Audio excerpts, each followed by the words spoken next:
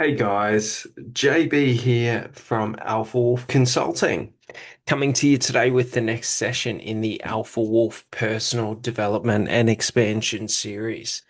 And we're pretty much just continuing on from yesterday in just understanding and sort of getting a bit of an idea about how we reprogram our mind, how we create our ideal self, how we sort of, create this dream self and this dream life that we have every time.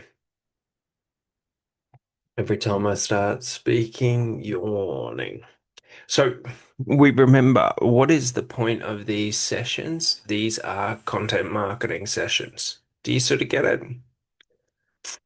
So first and foremost, understanding the programs that are on offer. So we have the standard reprogramming your mind 12-month program, which has 12 sessions. Okay, it covers 12 months. And we go through and we work through all the different aspects of reprogramming your mind and recreating your reality. So, teaching you how to reprogram your subconscious and conscious mind, and then how to use that understanding to now recreate your reality. So, what do we mean by recreate your reality? So, say I wanted to be a fitter person.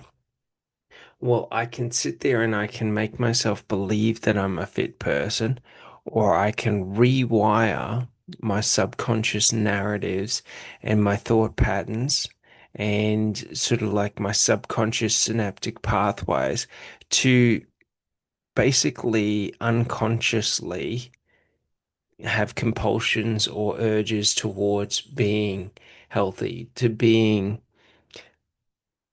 someone who exercises every day. I can put in a directive and a driver to think. So think about it like this, like your need to survive, your need to eat, your need to breathe, your need to reproduce, your need to feel safe. Like these are unconscious drivers. So when I get hungry, I have to eat. Do you sort of get it? Not to say I have to eat, but like, do you understand it? I have unconscious urges or impulses or compulsions to eat. Do you sort of get it? That's what hunger is. Have you ever noticed how, like, a lot of the time, these ideas of the hunger that you feel being hungry isn't actually being hungry, like your body isn't actually like, because there's a difference between hunger and like exhaustion or exhaustion from hunger. When I feel lethargic and exhausted because I have no energy, that is true hunger. Do you sort of get it? But when I just feel like, oh, I'm a bit hungry and all of that, that's not hunger. That's my psychology seeking a dopamine fix oh, or a fix of any sort of biochemical response like endorphins or anything like that, or energy or serotonin, like however it comes. Like, think about it like this: sugar's gonna release serotonin, and fatty foods and things like that are gonna release. Like your dopamines and things like that, and like highly greasy foods and high fat foods will release like oxytocin and things like that. So, like your heavy cheeses and things like that release your oxytocin. But basically, my brain or my psychology is looking for the quick fixes.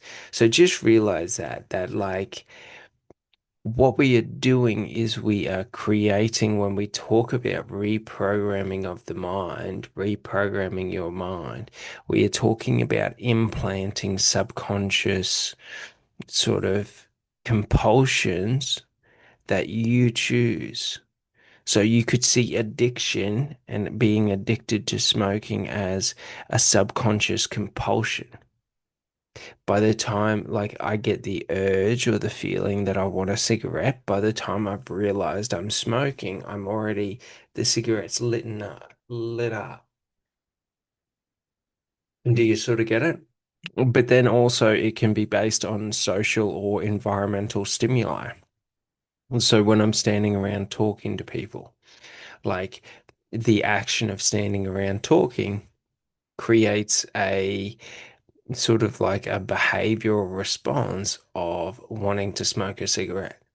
So I'm rolling a cigarette or I'm lighting a cigarette before I've even realized it or made a conscious decision to. Do you sort of get it? Then we can look at stress as a stimulant and things like that. Like, or well, not as a stimulant, but as a stimulation of the behavioral response. Do you sort of get it? So just realize, like, when we're talking about reprogramming the mind and reprogramming the unconscious mind, that's what we're talking about, putting in these subconscious behavioral patterns that run either due to environmental stimuli or due to sort of things. So like for example, if I reprogram into your subconscious mind that every day I exercise and I diet, like every day you will just feel a compulsion and an urge to exercise. If you don't exercise, you won't feel right. Do you sort of get it? So when we start to understand this, we start to understand when I'm trying to recreate who I am, when I'm trying to build my future self or that dream self, like what do I want my unconscious behavioral patterns to be? Do I want it to be that I feel a compulsion and an urge to drink alcohol every day?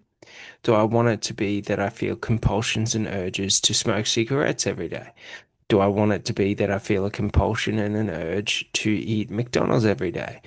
Like to eat chocolate every day, to eat candy every day, to eat, high fat foods every day. Like, look at your own life and realize, like, through behavioral conditioning, you already run these processes and practices. So, your bad habits, i.e., if I chew my fingernails, the chewing of my fingernails is not like it's a subconscious like pattern. Do you sort of get it?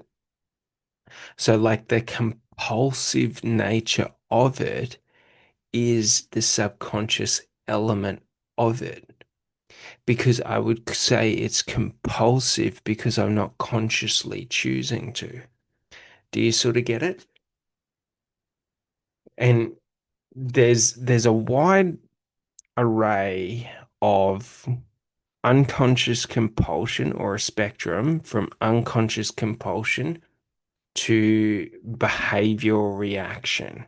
So, what that means is that when I become nervous, I might chew my fingernails unconsciously before I've noticed that I'm doing it.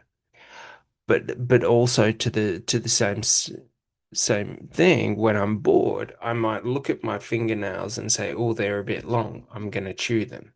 Do you sort of get it? So it's the same behavioral tendency, but the instigator or what initiates it changes.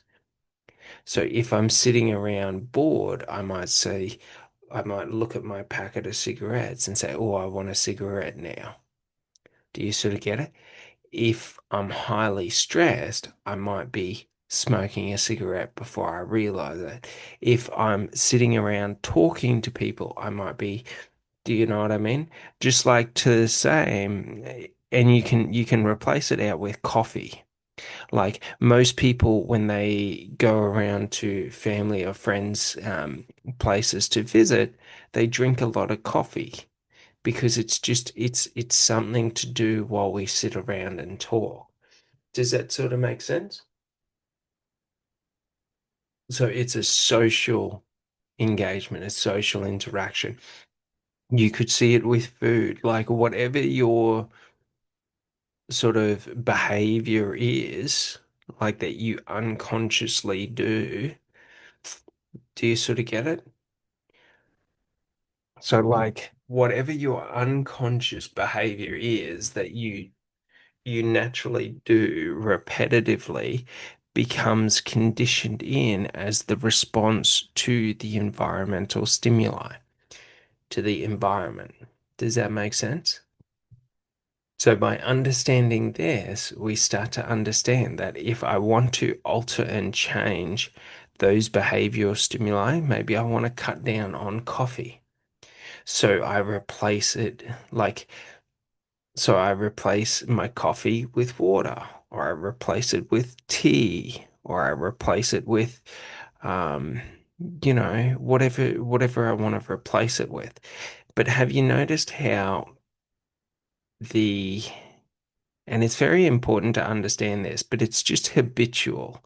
So like as human beings, we run on patterns or like behavioral patterns of habits. So, like, for example, I might wake up in the morning and have some breakfast and a coffee, and then I might get ready for work, and then I might work a bit. And then at about 12 o'clock, I want to have lunch, and then I might work a bit. And then in the afternoon, I might want to go for a walk or something like that. Like, however you structure it, but like, you'll realize my day-to-day life runs on like cyclical patterns or habits or habitual behavioral responses. So, like, if I like to get up early and go and exercise in the morning, I exercise in the morning and I do that every day. Do you sort of get it? Because our brain is sort of developed to seek out the comfort of routine and habitual patterns or habitual behavioral patterns or trends. Do you sort of get it? If I exercise once a week, the exercise becomes something that's a bit awkward because I'm not doing it every day. But if I exercise every day, it just feels comfortable. So, like, for example, if I get up every morning and I have some breakfast and then I go for a walk, and then I come home, I get ready, I go to work. Do you sort of get it? So we just realize, like, in everything that we're doing, our brain is naturally going to look to form and create habits, and it will feel comfortable within the habit.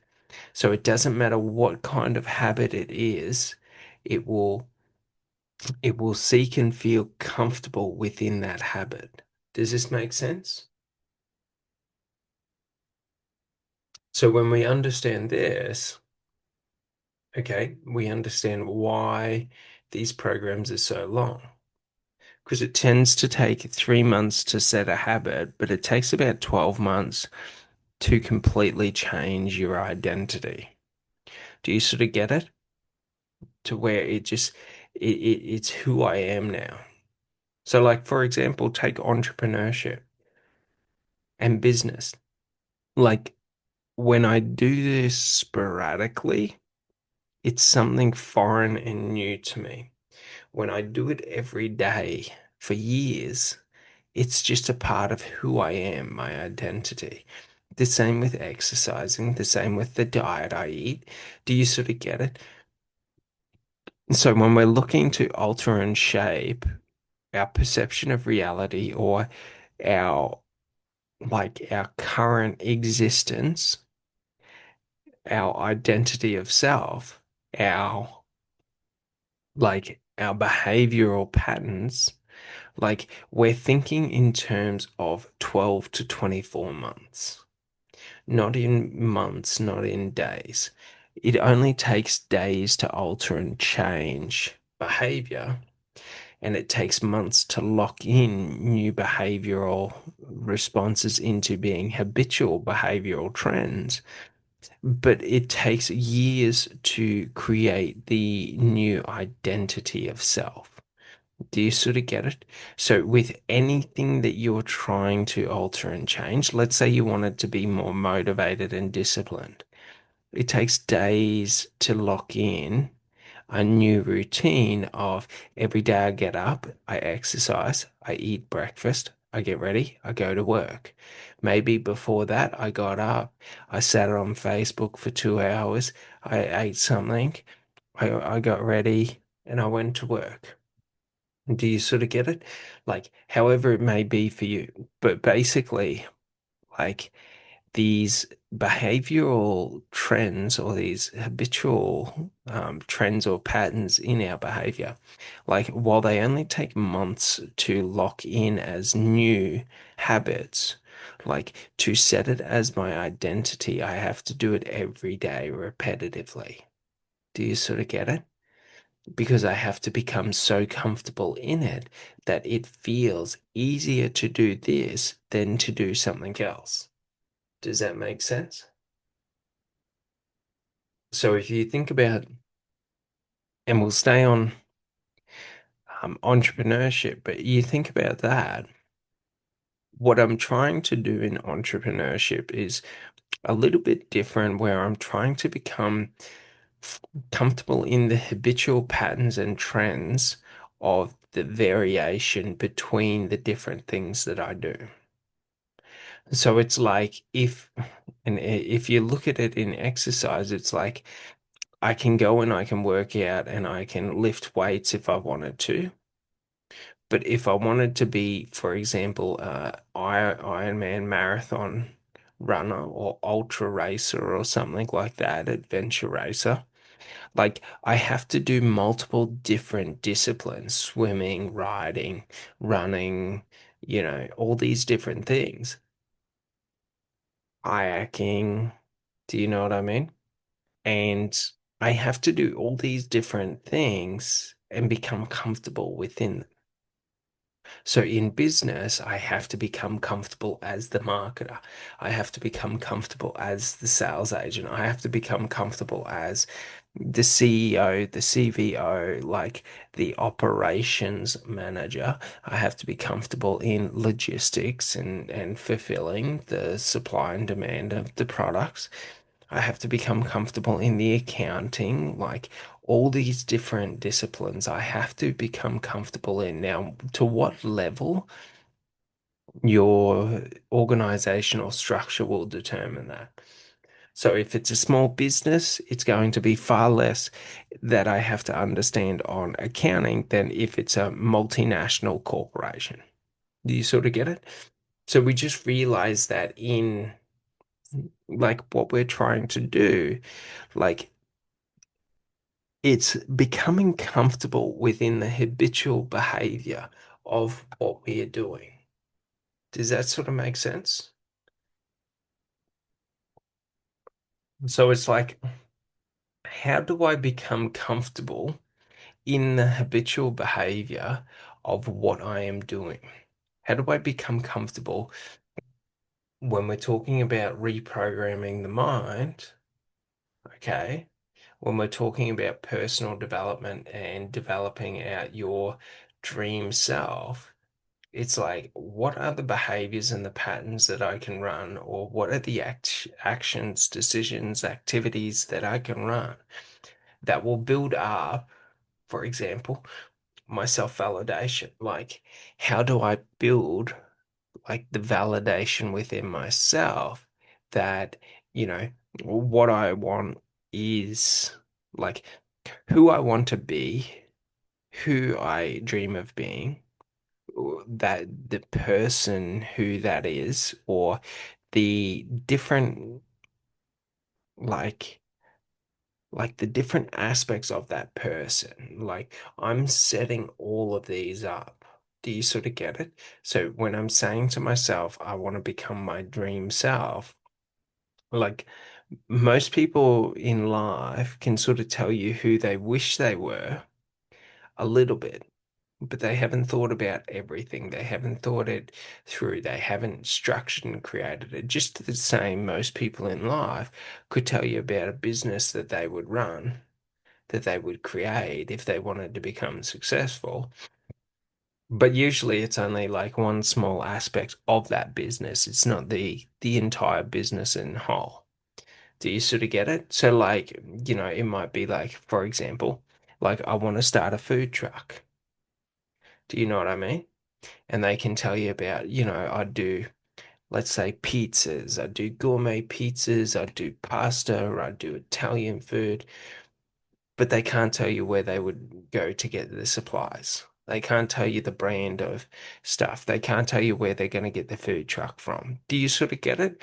So when we're trying to create our ideal self or our dream self, it's sort of like understanding all the different aspects of self and sort of creating that mental image to where I know how I react to people disrespecting me.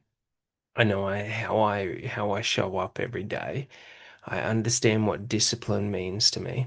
So like for example, I'll give you easy things for this, right? If I want to know like who my dream self is, like just imagine like when you're thinking about yourself, like who is it that you dream of becoming in life? Do you sort of get it? Is it a kind person? Is it a mean person? Is it a stern person? Do you sort of get it? Like who is it? So like for example, my dream self is a kind person. Do you sort of get it? But I still want to be able to punch you in the face if I feel like it. Do you sort of get it? Like I'm not kind to the point of being weak. Do you sort of get it? I'm not kind to the point of being vulnerable. So while I seek to be a kind person, I also seek to be a highly capable and competent person. That should you want to drag me to hell, my face won't ever break. Do you sort of get it? Because hell's where I'm meant to be. Do you sort of get it? Wherever I am is wherever I am meant to be. Do you sort of get it? Like how, like discipline, motivation, like why am I disciplined every day?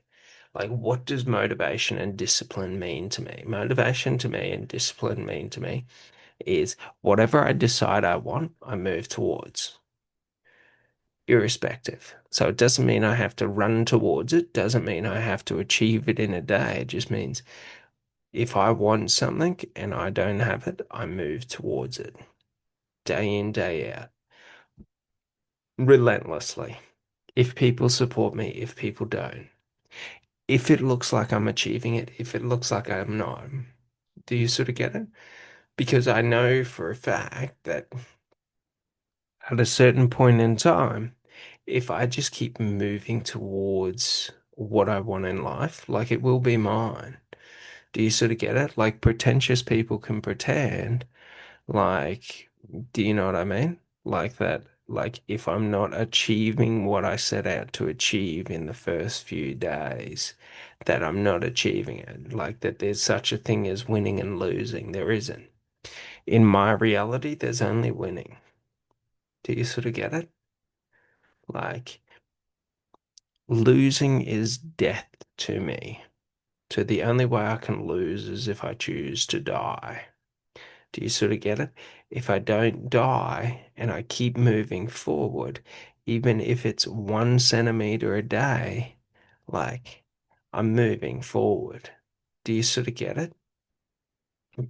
So it's very important to understand this because the more we start to understand this, the more we start to realize that like what I define as being like or what I validate as being my reasons. Because like many people in life and business, like in business especially, they think about it like winning or losing. Like you either get the sale or you don't get the sale. Motherfucker, I get the sale every time.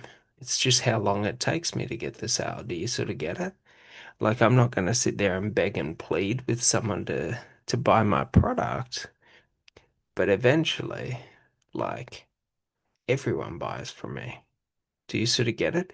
Because I just become that undeniable.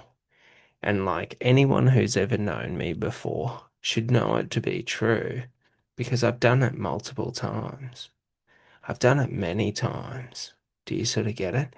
So if you've never experienced or witnessed me doing it, that's okay for you to doubt, but anyone who's witnessed me do it, like you realize that like for a certain period of time, it'll look like I don't know what I'm doing until one day you realize I've always known what I was doing.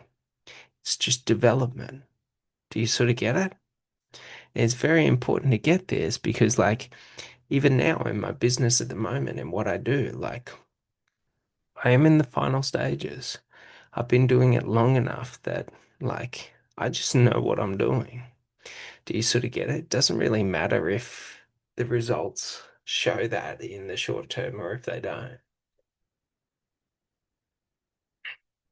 Because an important thing to realize about business, it's a crazy thing, but it's not based off your competency. It's not based off your capability. It's not based off whether you're good or not. It's based off if other people perceive you to be good. It's all an illusion. If your product is good, if your product is shit, it's all based off what other people believe. Because other people, like, they fucking buy shit products and they make shit products seem like they're the fucking best products in the world. And it's sort of like, there's many I can go through. Like, take Bugatti. Everyone thinks Bugattis are these amazing, like high-end luxury cars, and they're made from fucking secondhand parts from fucking Audi. Like they're not Bugatti parts. They're not Lamborghini parts. They don't manufacture their own parts. They're not high quality parts. They just built a brand based on an illusion of high quality and exclusivity. And basically, they just use it to scam people. Like it's a scam. Do you sort of get it? Louis Vuitton, like scam. They don't manufacture their products in Italy. They manufacture them out of China for cents on the dollar. Like a Louis Vuitton bag costs you like 20 or $30, maybe $150 in material costs. And then they put their branding on it. And now all of a sudden it's one, two, three, $4,000. Like, do you sort of get it? You're not paying for a high quality product. You're paying for a perception of exclusivity and elitism in a brand. Like, do you sort of get it? Like, it's funny because, like, so many people think in the context that, like, because something's expensive, it is of the highest caliber and the highest brand, or not the highest brand, but the highest of qualities. And it's like, no, mate. Do you sort of get it? Just to the same, people have these ideas that, like, should they be buying the lowest priced thing or buying something cheap, that it's of higher value because they can purchase more of it. And that's not true either. Do you sort of get it? So, like, one part of business artificially increases their prices and basically outsources all of their business, don't manufacture it themselves, don't do anything like that, have external third-party manufacturing and third-party parts and all of this, and then they put all of their money into marketing and creating this illusion that they are like the top of the top of the top, and they've done nothing to do it. Like, do you sort of get it? Like, you can argue to me all you want that Bugatti's like this amazing brand and all of this, and they do this and that. Like, their cars look like shit. Like, but I'm not a fucking car person. Do you sort of get it? Like, you can say it about Louis Vuitton. I'm not a fucking designer clothes person. I think it's ridiculous. Do you know what I mean? I'd rather look good than fucking try and look rich. Do you sort of get it? I'd rather drive a fun, comfortable car than try and drive something that makes me look like I'm richer than everyone else. Why? Because I'm not a fucking egotistical narcissist that thinks I'm better than other people. I don't really care. I want something that I can break and replace. Do you sort of get it? Like, I don't want to sit there and think that I need to be precious on things, and it's pretty funny. But basically, like so many people, like we have these ideas and these perceptions that Like social validation equals social proof. That because everyone's saying that Bugatti are the most expensive cars, are the most prestigious premium cars, that they're the best quality cars. Not social proof, man. That's social validation. Do you sort of get it? Like, for example, like the best and highest quality cars are things like Volkswagen. Like, do you know what I mean? Like, you could argue Audi. Like, you would say Toyota is of higher quality than, like, for example, Bugatti, because like Toyotas don't break down as much. They're more reliable, they're more durable. Now, you can argue the quality of the branding and the quality of the product all you want. Do you sort of get it? But that's how it used to be. That Toyotas were the highest of quality because they were manufactured to be of the highest of quality. Do you sort of get it? So, like, do you know what I mean? Like, you get into it and like BMWs break down at a higher rate than Audis.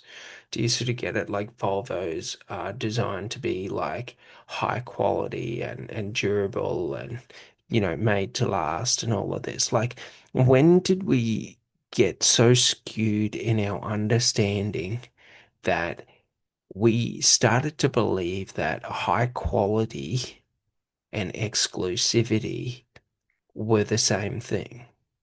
Do you sort of get it? Because that's how the illusions are created in business and society to alter and shape your perception of things. So now you start to think about your dream life, your dream self, who you want to be. Like, if you listen to the 99% in life, especially now in business, like, get AI to do everything for you. That's how you create a high quality business and you don't have to do anything.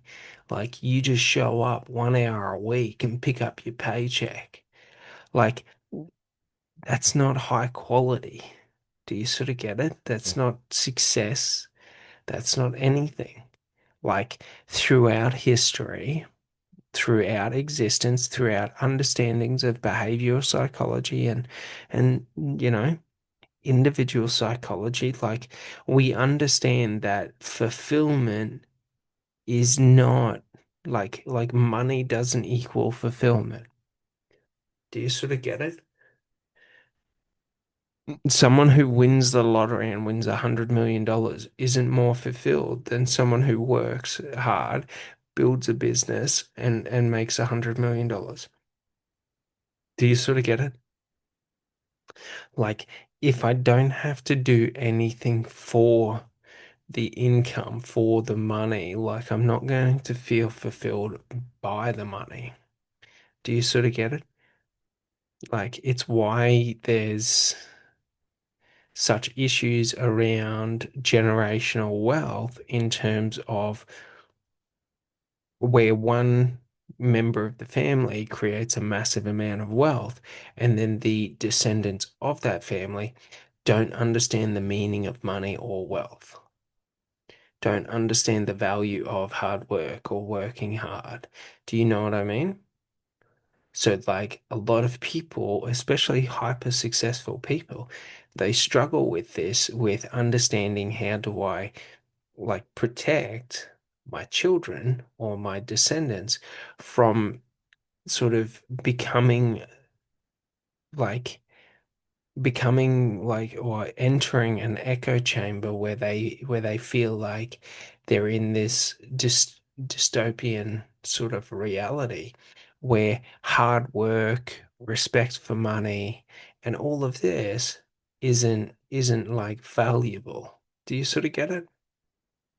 You can see it in Dubai, you can see it in Saudi Arabia and all these other places in the Middle East where they have the oil money, where it's just the disrespect that goes in hand with the wealth is just insane. Do you sort of get it?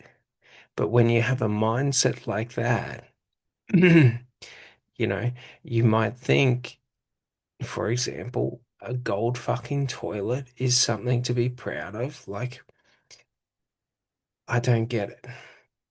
A toilet's a fucking toilet. Do you sort of get it? A car's a fucking car. Clothes are fucking clothes. Do you sort of get it? Like, the car you drive is not going to make you more attractive. And if you think it's going to make you more attractive, like, you have a weak and pathetic mind. The clothes you wear are not going to make you more attractive. If you think they are, you have a weak and pathetic mind. The money you have is not going to make you more attractive. If you think it will, you have a weak and pathetic mind. Because if you think that materialism and material, like elements of life or aspects of life make up for who you are intrinsically as a person, you have a weak fucking mind and you are a weak fucking person. Do you sort of get it? Have all the money in the world, like, think that it makes you better than me, just don't. For example, like, people think that they can buy other people. People think that, like, because I have a security guard, like, I'm this big bad person. It's like each to their own. Do you sort of get it? Like, I do everything myself. Do you sort of get it? Like, I'm competent and capable within myself, by myself, with nothing. And it's just it's different mindsets, it's different people, it's how different people are raised. But like, do you know what I mean? I was raised hunting and fishing. Hunting and fishing, like, you can have the best fishing gear all you want. If you're not a competent fisherman, like, it's not going to do anything for you. You can go out there and buy the most expensive bait and lures, not going to do anything for you. You give me a cast net, fishing rod, like, in 30 minutes, and I will have a large amount of fish to eat. Do you sort of get it? Why? Because live bait is better than any other bait. Do you sort of get it? But it's like, it's just these ideals that people create and they have, where they seem to think that, like, they can outsource their, like, growth. They can outsource their competency and capability and all of this. So just realize in life, in anything you do, like, who are you trying to become? Like, why is it important for you to become the person you're trying to become? And what are you trying to do?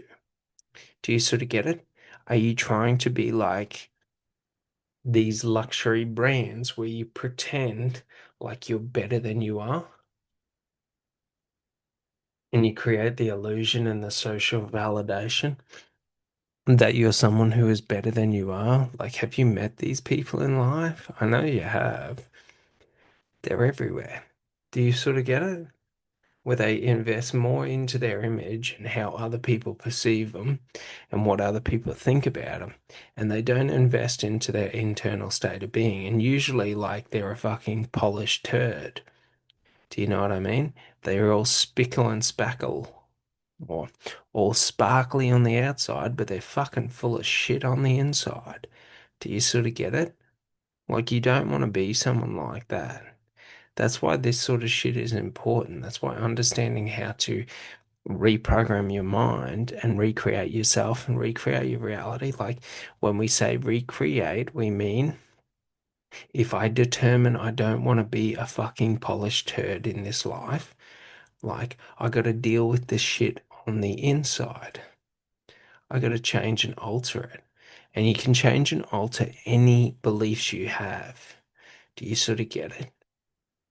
Like, you can change and alter how you think, how you, like how you structure, like, the meaning within your life, how you structure the different things. Do you sort of get it? So just realize like what is important for you in this life? Like who, if I was to ask you, who do you want to become and why do you want to become that person? So like I might ask you, who do you want to become? And you say someone who is competent and capable. Why do you want to become that way? Do you sort of get it? Because being competent and capable, like it's being a man. Do you sort of get it? When did we change that? When did we lose that? That idea that like competency and capability in life was sort of second rate to pretentious and like posturing. Do you sort of get it? Like it's just one of those things that like we've lost, and not to say like everyone's lost it, but it's to say that in the large portion of society, like, yeah, we've fucking lost it. Do you sort of get it? Like, for example, the vast majority of men don't seek capability, competency in life. It's now the minority of men that seek to be competent and capable in life. The vast majority of men seek to look rich and seek to, you know, get chicks. And it's stupid. Do you sort of get it? Just like the majority of girls seek to be whores these days. Like, OnlyFans showed them that should I sell my body, I can make a lot of money. Do you sort of get it? Sucks for them. Like, because it's sort of like if you're driving down the road and there's 30 prostitutes on the road, like you don't go, oh, I want to marry the prettiest prostitute on this street. Do you sort of get it? Like it's one of those things, like people don't understand the value of like celibacy, the value of like not compromising yourself, like not compromising yourself sort of makes you more attractive than someone who compromises themselves. Do you sort of get it? Like it's pretty important because like and you think about it like how did this come to be? Like the jerk off dudes that tried to make porn cool. Do you know what I mean? Like in the 80s and 90s and early 2000s, like porn was fucking cool. Do you sort of get it? Like just realize like we are in this state of being where we have these degraded morals in society and all of this because of actions of the past, because we chose to focus on the wrong things. Does, does that sort of make sense? And so when we over sexualize our industry and our entertainment industry, and we over sexualize music, and we over sexualize like TV, and we over sexualize like our social settings and interactions, like sort of gluttony and sort of hedonism becomes the way of life. Like, do you sort of get it? Like, it's funny because, like, so many people think that, like, and I don't understand how it happens, but like, I don't understand how things like OnlyFans, like, I don't understand how people make money on OnlyFans. Like, why would I pay to watch someone on a cam when I can watch porn for free? I don't understand it. It doesn't make sense. Do you sort of get it? Like, why would I pay for some girl who's got 1,000 or 100,000 dudes paying for him? Like, do you sort of get it? It's sort of like it's hedonism because like people think that that is connection. Do you sort of get it? It's a funny thing because like I don't know, I could go on for days on it, but basically like that's what happens.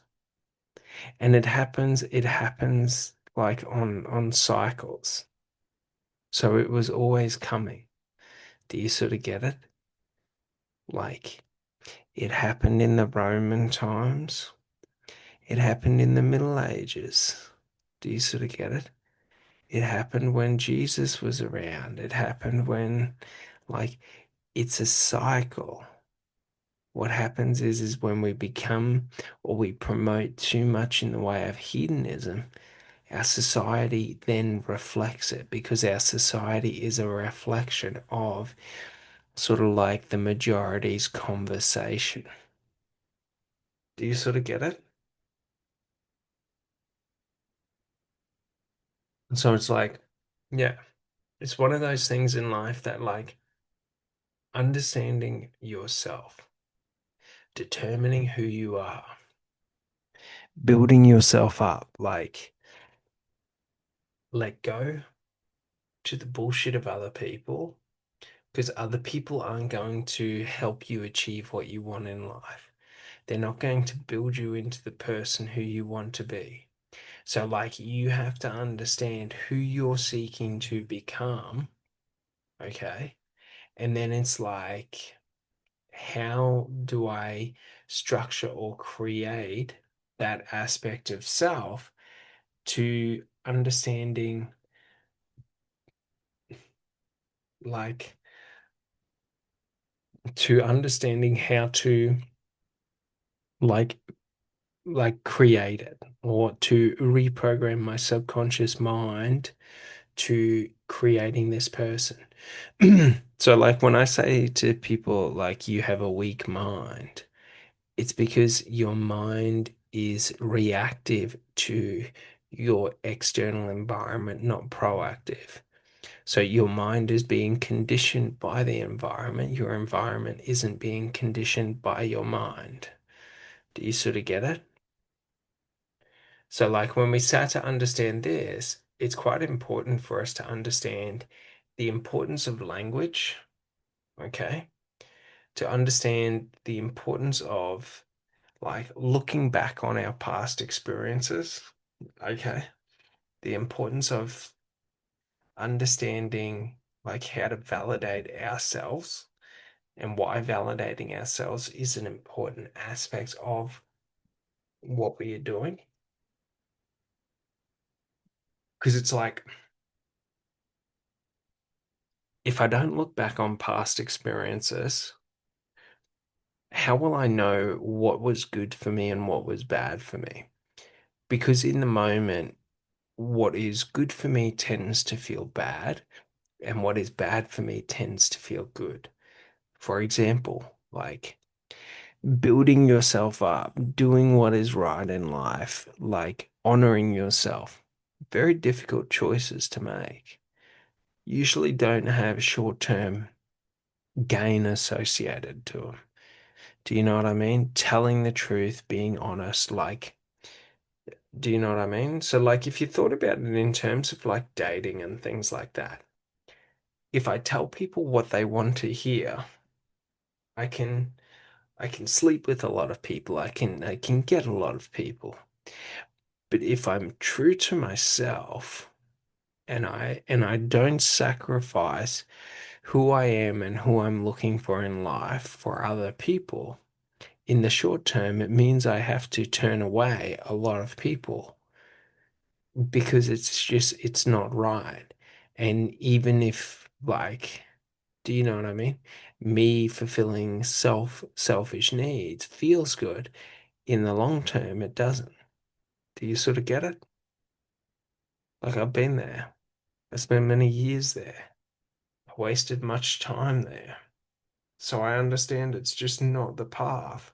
Do you sort of get it? So just realize that if you're only ever looking at this short-term viewpoint of everything that you experience and go through in life, like in the moment, you're going to be so confused because, for example, eating a pizza tastes good. Do you sort of get it? But in the long term, eating pizza every day makes me fat, makes me greasy, makes me unhealthy. Do you sort of get it? Affects my like my body and things like that. Like so we realize like eating the healthy food doesn't always feel that good in the moment. Do you sort of get it? Not that it doesn't feel good to eat healthy food, that's an illusion. Like that's one of the big things, and that's why language is so important and validating yourself because like the language I use is very important because it it one triggers the emotional and the psychological responses of it. So like for example, if I say eating healthy food isn't as enjoyable as eating pizza, I am creating a perception to where pizza is the most pleasurable thing and healthy food is less pleasurable. So when I eat healthy food, I've created a psychological structure that says this isn't as nice as pizza. This isn't as nice as pasta. This isn't as nice as. Do you sort of get it? So, like, the language I use should always be whatever I want, like I'm reshaping it.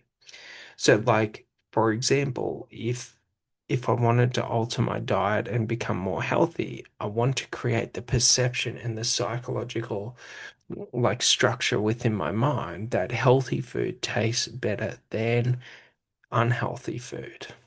Do you sort of get it? So there's many ways that I can do this. And one of the ways is focusing in on how food makes you feel while it's digesting.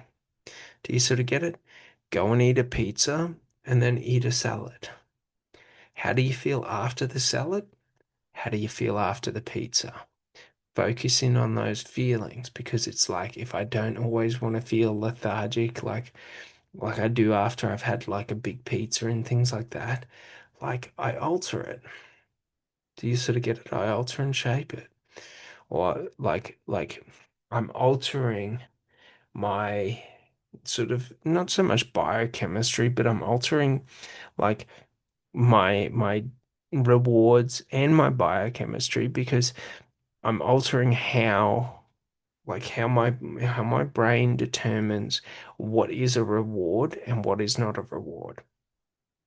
So is it that I'm rewarding myself for the taste buds, for how something tastes to me? Or am I rewarding myself for how I feel after I've eaten? Does that sort of make sense? So it's very important to understand this because that's like the impact our language has on us is our language is what frames and shapes our meaning. Do you sort of get it?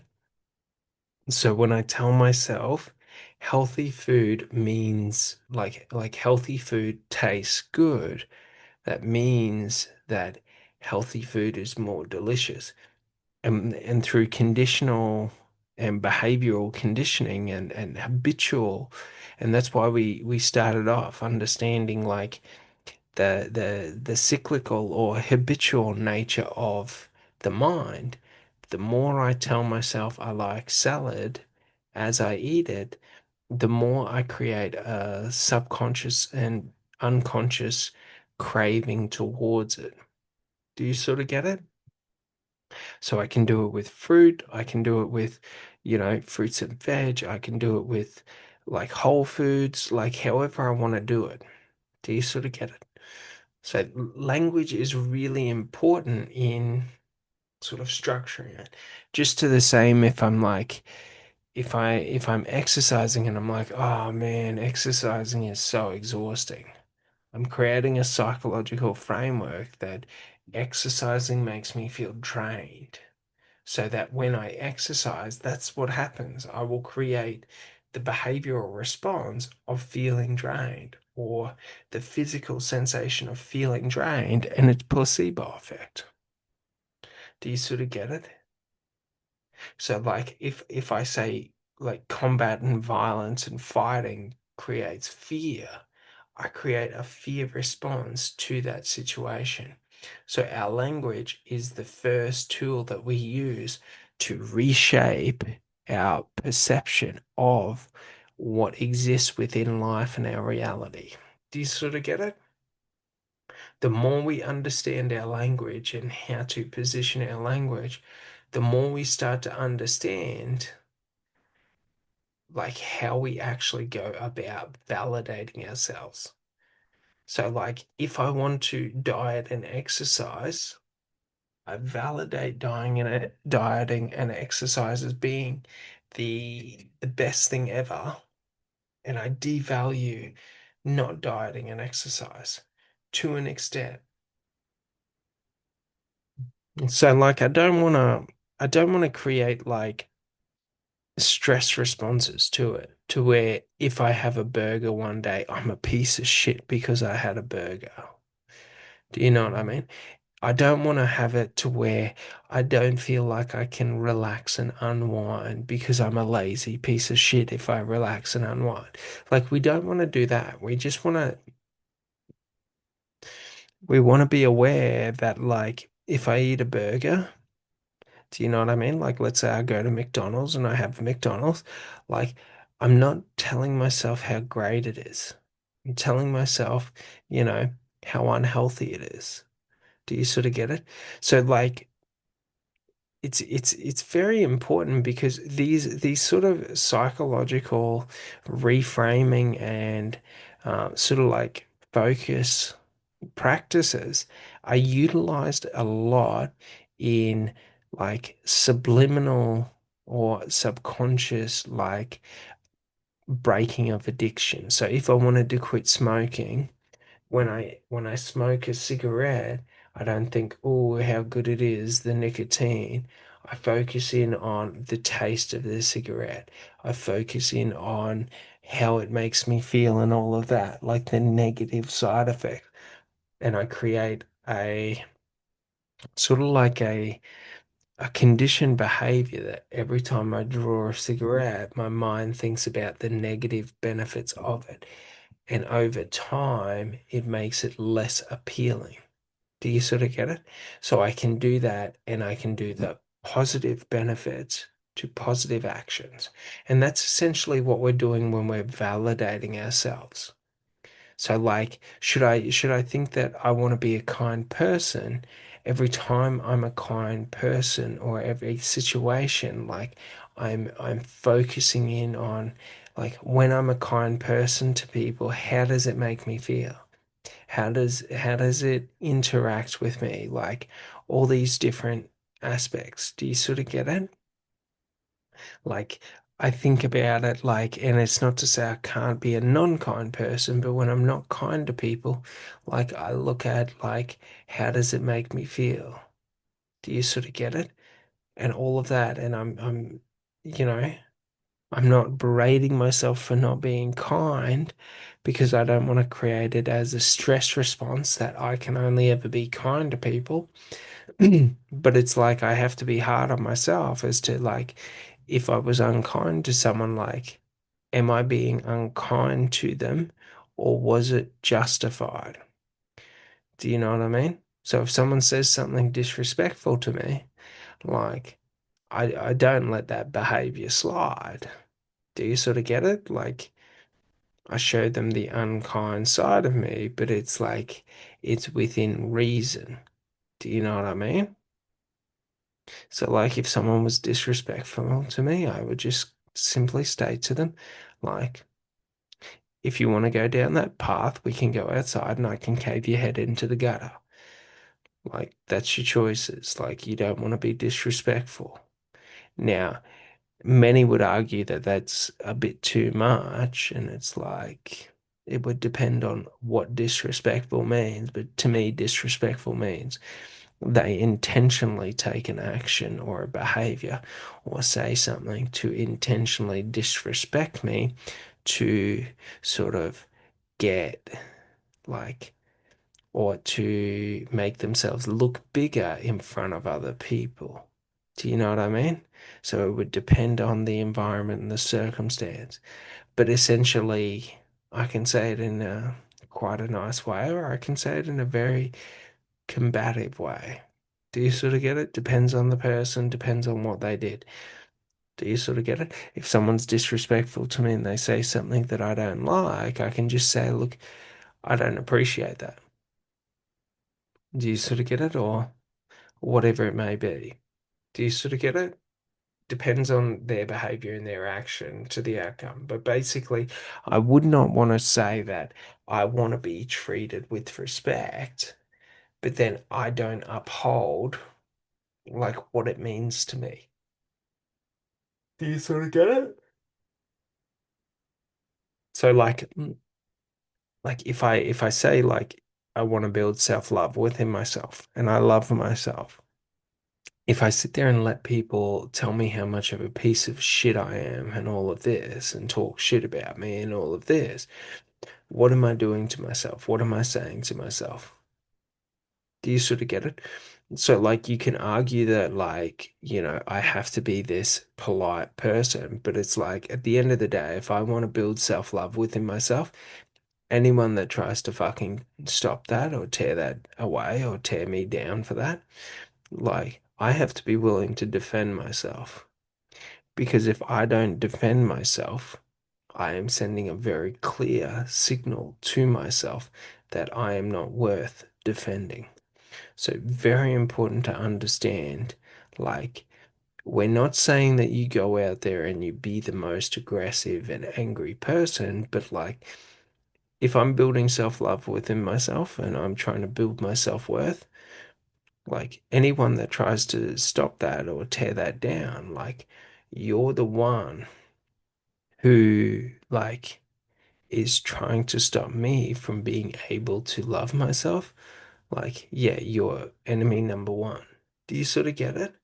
Like you're my enemy. Like it's not acceptable. Do you sort of get it? So whatever I have to do to emphasize that to you of how unacceptable it is, like is what I have to do. Do you sort of get it? So it's not to say like I have to get angry or anything. I can just say, no, mate, you're a piece of shit. I'm done. And turn around, walk away, and never fucking come back. Do you sort of get it? Like I don't have to like sit there and try and change who you are. I can just like exit stage left and never fucking come back. Delete your number, block your number, and just let go to it. Do you sort of get it? Like, I don't have to try to be nice. I don't have to try to remedy the situation. I don't have to make you feel good about who you are. So we just understand when we're getting into reprogramming our mind and our subconscious mind. If I wanted to reprogram my conscious mind, okay, it's through repetitive conditioning practices. If I want to reprogram my subconscious mind, it is through specialized oh, body positioning practices and conditioning practices. Do you sort of get it? So, like, you've got to understand Pavlov's dog. Pavlov rang the bell. Every time the dog came to the bell, there was a plate with some meat on it. He gave the dog the meat. Do you sort of get it? The dog associated the meat with the bell. Every time it heard the bell, it knew meat was coming. Now, you can see how you do this with dogs naturally and food. Do you sort of get it? You pick up the dog bowl and you start preparing the food or putting the food in the dog bowl. The dog's there. It knows what's going to happen. Do you sort of get it? Just to the same, when the dog barks and you say their name, or you shout, or you clap your hands, or you click, or whatever your trigger is. Do you sort of get it? The trigger instigates that, hey, that's not acceptable. Do you sort of get it? So we're utilizing that understanding that I am leading my brain through conditioning to believe that certain language patterns equal certain outcomes. So when I'm doing it to the subconscious, well, now I have to activate the subconscious mind. Do you sort of get it? So, like, if you want to go out there, how I learned about this sort of understandings was psychology kinestology, Psyche by Bruce Lipton. And him and some other psychologists. You can go and look at their way. My way is far more effective and far more sort of easy to do because it's just a simplified version of it. Do you sort of get it without all the bullshit? Because they're psychologists, they seem to think that, well, not so much that Bruce Lipton's a psychologist, but the ones who created Psyche, they're psychologists, they overcomplicate bullshit. They're trying to be too fancy, too technical, this, that, and the other. But it is one of the most advanced and effective ways to reprogram the subconscious mind. So just realize, however you want to do it, however you want to do it. If you want to reprogram your subconscious mind, there has to be highly specific body positioning and sort of like practices that you run. Do you sort of get it? So like we can try and do it like the complex way, or we can just do it the free and easy way. Do you sort of get it? So Psyche will tell you that there are specific ways in which you structure your language, and it's not to say that they're wrong. It's just to say that their rigid approach is not the right approach. Having a more flexible approach and being able to cover more topics and things like that is more effective. Do you sort of get it? So it's like this.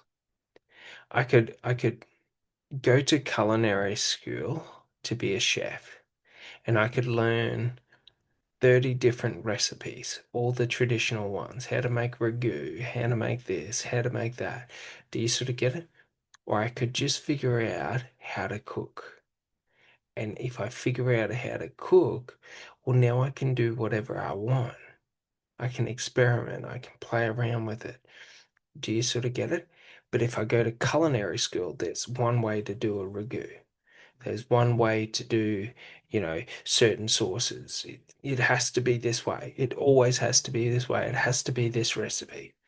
Do you sort of get it? So I can try and do it how everyone says it has to be, which is Psyche, that you have to do it in a specific sequence in a specific way. Whereas if you hold the body positioning, anything that you repeat again and again and again and again, conditionally, so we understand conditioning as being hundreds to thousands of actions.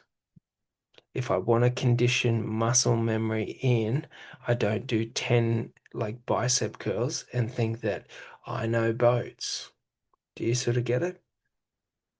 So like just understand that like going to culinary school and learning how to cook, they're the same fucking thing. It's just one is stuck on rigid recipes that can't invent for themselves, and the other one just does whatever feels right. At the end of the day, if you cook something and it tastes delicious, who the fuck cares if you're a chef or not? Do you sort of get it? Too many people get too up their own ass about the titles. Don't be like them. When you get up your own ass about the titles, you then put more weight on the title over what is being taught, the information and the knowledge. Do you sort of get it? Because it's basic shit. You already do these processes within your day-to-day life. You're just unconscious about them. Do you sort of get it? Like, we're not reinventing how to breathe. We're just saying becoming conscious and aware of your breath will have dramatic influence on your mind. Do you sort of get it? Very important to understand this because too many people get too focused in on like on the knowledge, on the exclusivity of the knowledge. Do you sort of get it? Like, you will not get this knowledge that I've put together from anyone else. Do you sort of get it? Because they will tell you how to do it in a different way.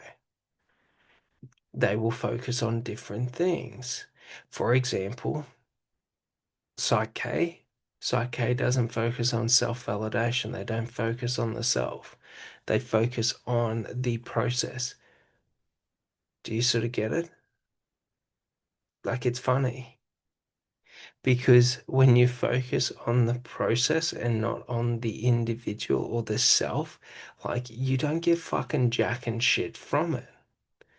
Do you sort of get it? Not to say it doesn't work, it still works, but you don't get the empowerment. The empowerment only comes from the self. So when you realize that you have the ability to reprogram your mind however you want it to be, you now become empowered to being able to recreate your reality. When you believe that this practice will solve these problems, like, you get the problem solved and nothing more. Do you sort of get it? So just realize, like, as great as Psyche is, it will never give you the same level of empowerment that this gives you. Do you sort of get it? Because they're psychologists. You need them to be able to run the practice. Why? Do you sort of get it? Like, that's the thing. Like, they didn't discover this practice to overcome their own trauma.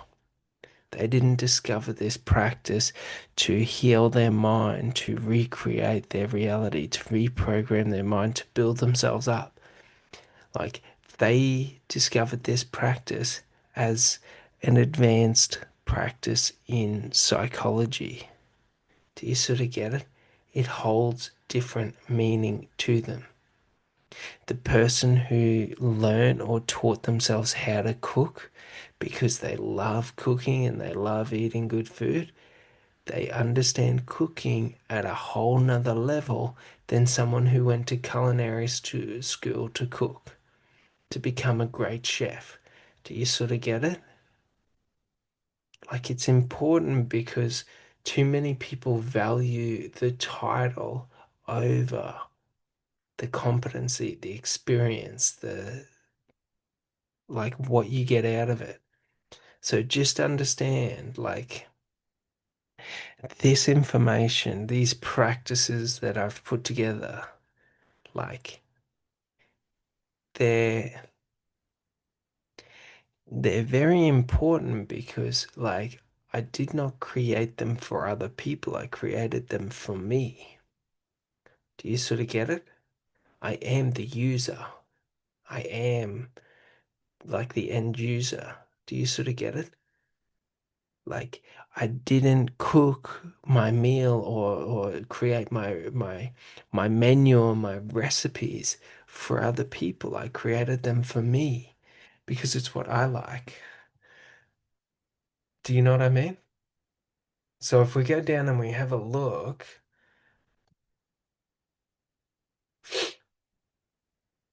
at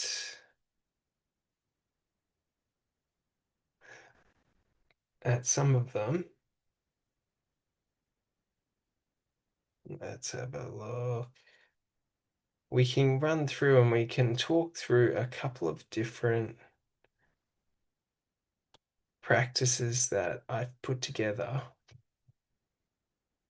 and sort of why they're important and sort of what they do for you. So, like,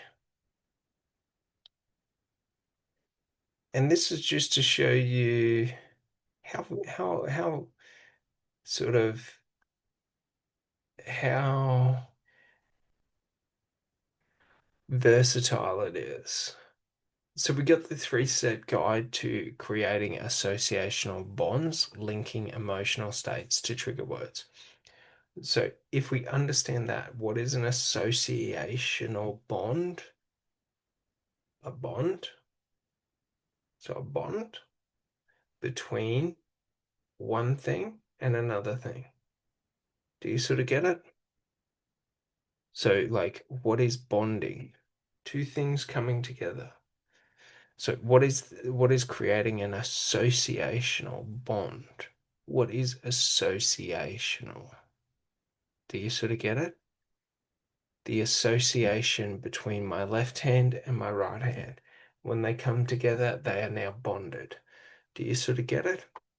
So what we're trying to do is create a bond between a word or a thought, like a word. So saying a word, thinking a word, hearing a word, and an emotional state. And they're triggered so that the word equals the emotional state. Do you sort of get it? So I did this for my name, and I wanted to, every time I hear my name, I wanted to feel empowered, love, unconditional love, and all of that. So you choose the emotional state. Step one. What is the emotional state that you want to feel? Oh, Jesus. God dang it. One sec.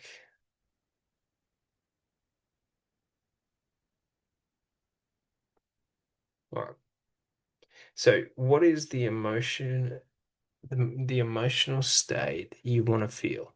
So when we think about this, we don't go the word, the language pattern, then the emotional state. We start with the emotional state because the emotional state will determine the language pattern.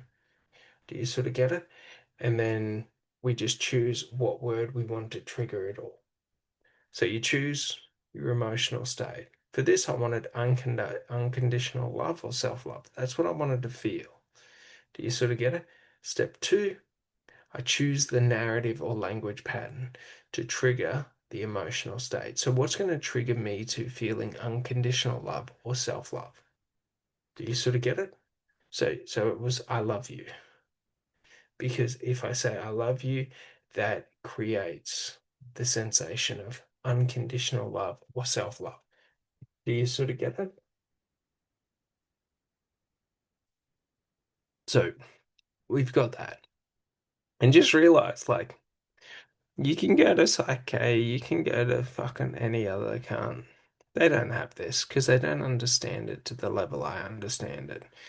Do you sort of get it? Because, like, I didn't have to go to culinary school to learn how to cook. Motherfucker, I'm just passionate about cooking.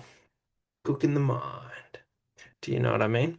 So, like, step three, what is the trigger word? We want to trigger the language pattern or the narrative to run. So if you think about it like this, okay, and I chose my name. So my name triggers an unconscious language pattern of I love you, and then the emotional sensation of feeling loved. Do you sort of get it? So like if I was to think about it like a car, the key turned initiates the engine, and then the result is the engine runs. Do you sort of get it? So my name initiates a subconscious language pattern of I love you. Okay. And then like unconditional or self-love is what is felt. Do you sort of get it? So it's just that process. So I say, Justin, I love you. And then I feel that love. Do you sort of get it? And I just do it again and again and again and again. And every time that I do it, it strengthens that synaptic pathway to where the trigger word, Justin, runs there. Do you sort of get it? So instead of my name running a pattern of someone's calling my name, it's now when I hear my name, it's I love you, because that synaptic pathway has been developed to fire in that process. Do you sort of get it? So it's very important that we understand this because, like, when you understand this, it's very important because now I can do anything. Do you sort of get it? I can choose any word, any emotional state.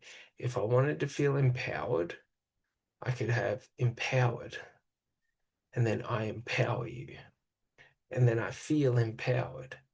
So that should I want to get into an empowered state, I say empowered, but I can do it to my word, my name. So I can do multiple associations I can associate multiple emotional states to one word. Do you sort of get it? So like however I want it to be. Do you know what I mean? So that's an important practice because when you start to understand that practice, like this is what I mean by like there's a big difference between someone who does something because they think, oh, I'm a smart fucker, and someone who does something because they just have a need for it. Do you sort of get it? So you can go and do your Bruce Lipton, your Psych K and all of that. Like, where do you think I learned Psych K from? Do you sort of get it? It's just these practices are not Psych K. They are based upon the foundational understandings of Psych K, but they are not Psych K. Do you sort of get it? Because Psych K is psychology kinestology.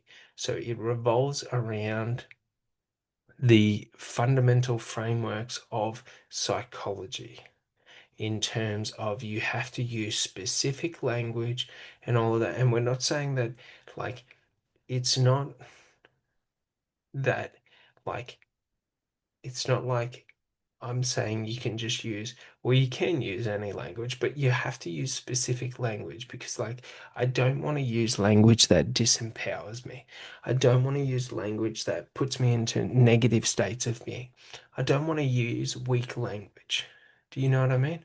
So, like, for example, if I'm trying to, um, if I'm trying to, like, do this where I want to reprogram into my subconscious mind, I am worthy of love and respect. Like, I don't want to use language like I'm worthy of being liked and respect. Do you know what I mean? Or I might be worthy of love and respect. I could be worthy of love and respect. Like, I am. So we just understand that language is important. So we're not saying that inside K that they use different language, but they use specific rigid language. Do you sort of get it? Because they're psychologists. Do you sort of get it? So just to understand, like, it's sort of like if we thought about cooking, for example, most people when they boil rice, right? They don't boil rice in stock. Do you sort of get it? They don't boil rice in tomato juice. They don't boil rice in, do you know what I mean? Like, whatever. Do you sort of get it? Most people boil rice, especially chefs, they boil rice in, salt, seasoned water, bit of salt, bit of pepper. Do you sort of get it? Or they might boil rice with no seasoning. Do you sort of get it? Because that's just how it is. But it doesn't mean that's how it is.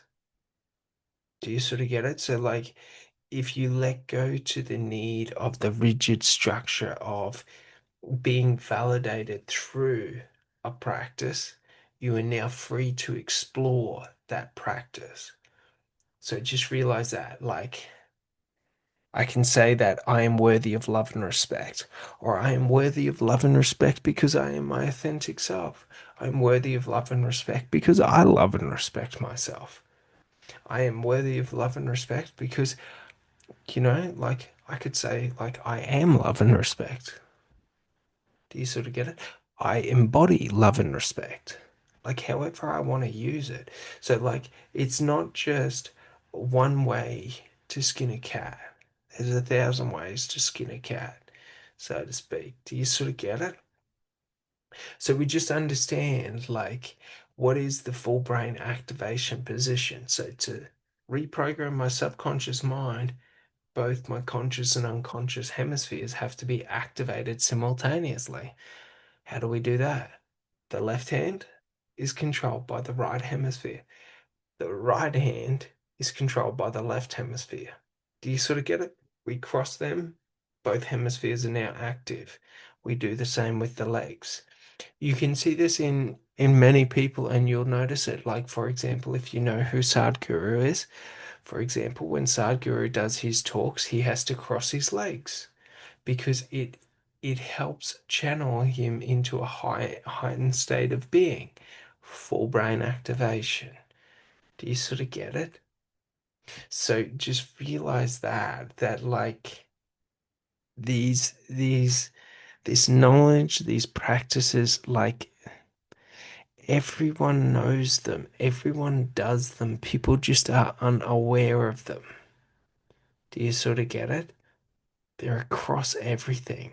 So don't get into the idea that like there's exclusivity in knowledge. Do you sort of get it? Like the exclusivity in this knowledge is just the way in which I do it. Do you sort of get it?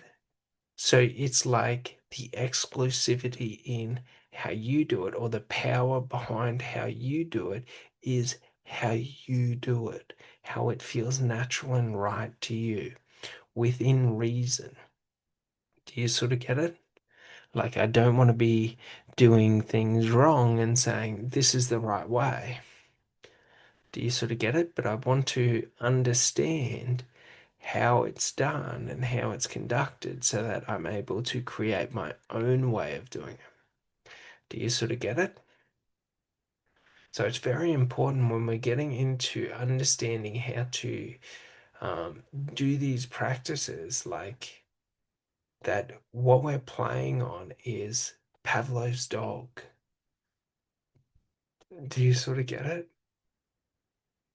When I'm reprogramming my mind, right, I'm working on advanced synaptic pathway development. And when I say synaptic pathway development, or even advanced, like you would think of basic synaptic pathway development as just me throwing a ball to you, you catching that ball. Me throwing a ball to you, you catching that ball. That's some basic synaptic pathway development. I'm teaching you how to build the synaptic pathway to catch the ball. Do you sort of get it? Advanced is now I'm teaching you how to structure your unconscious mind so that in circumstances and different things like this, that fires. Do you sort of get it? So we can do things like this, drawing strength from your vulnerability. So, like, do you want to feel like vulnerability is a weakness in life, or do you want to feel like vulnerability is a strength? Do you sort of get it? Like what this process does is creates the emotional shift of feeling, or the fear of feelings of drawing strength from vulnerability. So the more vulnerable you are in life, the more strong you feel, or the more strength you feel within yourself, the more embodied and empowered. Do you sort of get it? So, like, I don't need to fear vulnerability, for vulnerability is where I draw my strength from. Do you sort of get it? So, what we're doing is we're taking this and we're saying, I don't need to fear vulnerability, for vulnerability is where I draw my strength from. So I'm flipping it to now I'm altering that belief that my vulnerability is where my weakness is, to now my vulnerability is where I draw strength from. Do you sort of get it? So when I'm vulnerable, I do not fear other people attacking me, because if they attack me, they're attacking me in a position of strength, not a position of weakness. Do you sort of get it?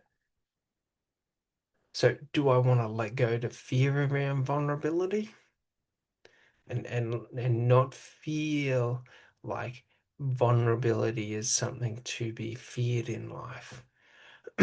So I let go to my fears around vulnerability, for I do not need to fear vulnerability. So I'm just shaping and altering those language patterns or those narratives to create or to take the negative out of it and replace it with a positive. Do you sort of get it? I don't need to fear vulnerability because I've let go to my fears. So I've dropped my fears, for I don't need to hold on to them anymore. Do you sort of get it? And it's quite important because the more we understand the different things that we can do, the more we understand, like, I can go through for everything. So every time I find I have a negative belief, I can let go to it and replace it with a positive belief. Every time I think I would like to have a positive belief, I can choose to implant that positive belief. I can choose to implant the feeling that God and my ancestors walk with me in life. Do you sort of get it? Like, I don't need to feel lonely in life, for I am always connected to God and my ancestors. They walk with me. Now, when we're implanting into our subconscious mind, what is the language of the subconscious mind? It's not logic, it's not reason, it's not language. There's no language center in the subconscious mind. The only language the subconscious mind has to speak out of is my feelings, my emotions, and my behavioral responses. Do you sort of get it? My unconscious behaviors.